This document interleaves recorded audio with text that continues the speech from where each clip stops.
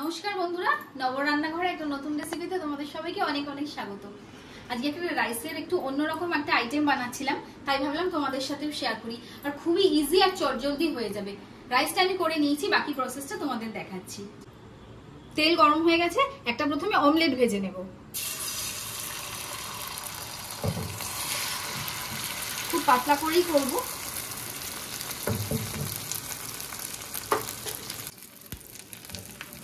একদম ছড়িয়ে দিয়েছি পাতলা করে, এটাকে উল্টে নিই।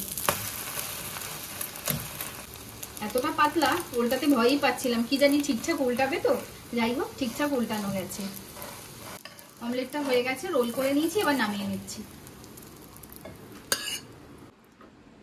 অমলেটটাকে একদম এরকম সরু সরু করে কেটে নেব।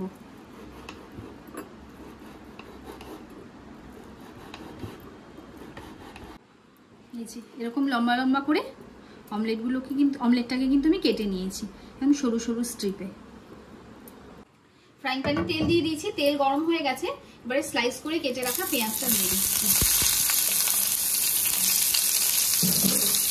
পেঁয়াজটাকে হালকা সটে করে নেব।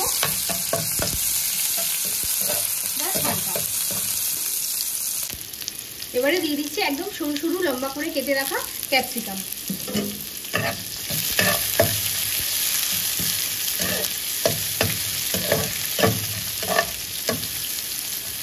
এবারে দিয়ে দিচ্ছি খুব সামান্য পরিমাণে নুন।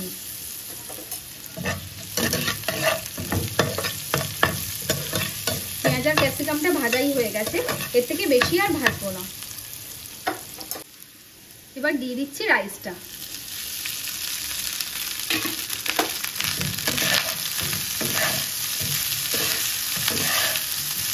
হালকাভাবে মিশিয়ে নেব।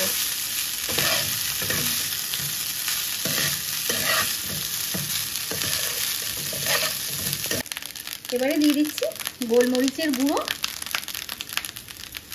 আবারও সামান্য একটু নুন।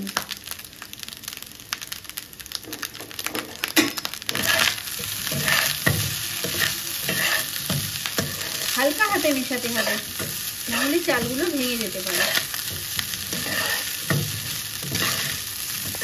দিয়ে দিচ্ছি ওপর থেকে দুটো চেরা কাঁচা লঙ্কা।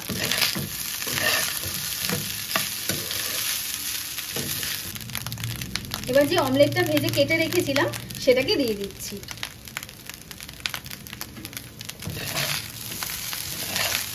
দিয়ে আবারও ভালো করে মিশিয়ে নেব।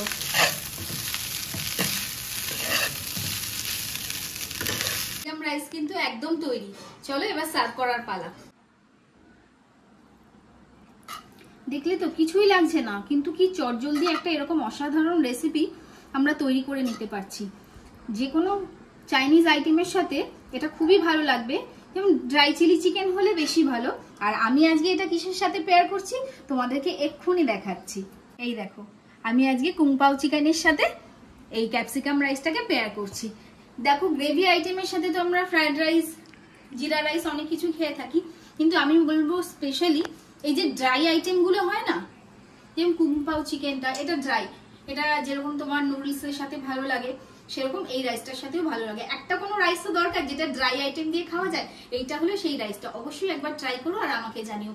আর যারা তোমরা কুংপাও চিকেনটা দেখতে চাইছো, আমার নব রান্নাঘরে কিন্তু অলরেডি এটা দেওয়া আছে, তোমরা দেখে নিও। আর এই ক্যাপসিকাম রাইসের রেসিপিটা তোমাদের কিরকম লাগলো অবশ্যই কমেন্টে জানিও। ভালো লাগলে একটা লাইক শেয়ার করে দিও। তো চলো, সবাই খেতে থাকো আর খাওয়াতে থাকো, আর নব রান্নাঘর দেখতে থাকো। তো টাটা, দেখা হচ্ছে অন্য একটা রেসিপির সাথে অন্য আরেকদিন।